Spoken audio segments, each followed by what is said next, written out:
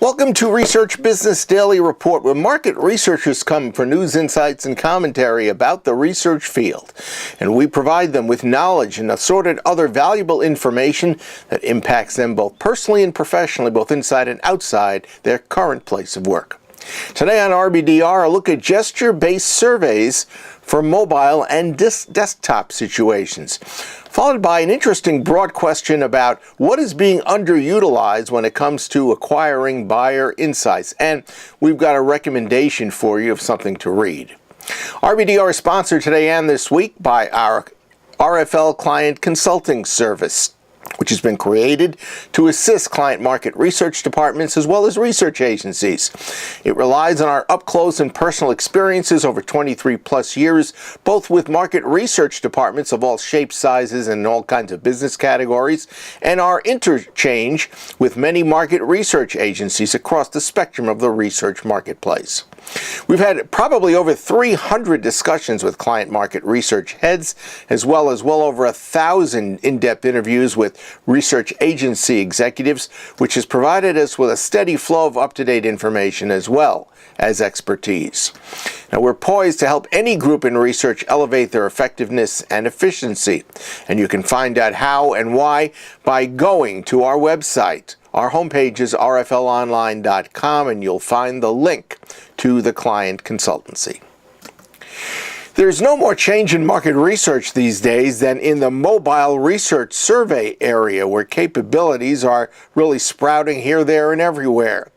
UBMobile has introduced its gesture-based surveys platform. It leverages dragging, swiping, tapping, and image and audio capture, but in this case, the platform is specifically designed to, quote, visually inspire as well as fit on every possible mobile screen. It is also usable with desktop computers. Moving on, Tony Zambito, founder of Buyer Personas, through his focus on underutilized information sources, their availability, and gearing up to focus on and obtain buyer insights. Zambito laid his foundation for his new commitment to customer data, saying, quote, through natural laws of inertia, companies can become insular. And he added that an outcome of insularity is organizations developing over-reliance on quantitative data in all aspects of a business. So, what is out there that is begging to be unearthed and turned into a source? Well, it all comes down to being customer-centric. A company becomes that way, Zambito says, if the organization is focused on obtaining critical business and buyer insights and not disproportionately focused, as many companies are, he says, on quantities of data. Machine learning, when given access to data, can lead to recognition of patterns of customer transaction activities. And that pattern can lead to artificial intelligence and vastly improved customer experiences. However, Zambito cautioned the need to fight off over-reliance on data, machine learning, and artificial intelligence, because he said there's something that's also important. Stories. They are another important underused source, according to Zambito. Stories come directly from customers and buyers, and they convey what data analytics cannot possibly hope to do. Important business insights come from curating stories by connecting the seemingly unrelated and the analysis that ensues. Insights, Zambito said, come from the unexpected and not so obvious, plus new connective relationships. And he went on to emphasize that insights are derived from critical thinking involving human understanding.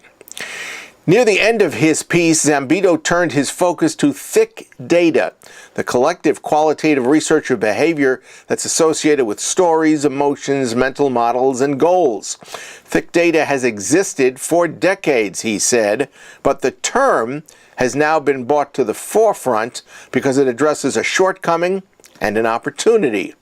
Companies are realizing, Zambito said, that big data analytics alone fall short with insights to inform strategies. Thick data, which is derived qualitatively from buying, complemented with big data analytics, can lead to unforeseen research and business opportunities.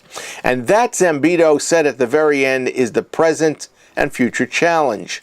Achieving deeper buyer insights may very well depend on how well organizations can integrate and complement big data analytics with their qualitative thick data. Finally, I want to recommend Survey Gizmo's presentation. It's called Adapting to the Digital Brand Landscape Using Research. Now, we don't have the time to really get into the specifics of it, but having scanned it, I can hardly recommend it to you as something that is well worth your download and your time. So use the link that we're providing in the description box directly beneath today's video on YouTube. That's your Research Business Daily Report. We've been sponsored today and this week by RFL Client Consulting. Please visit rflonline.com to find out more about this client as well as a research agency-based consulting service. Have a great research day, and we hope the rest of your research week goes well.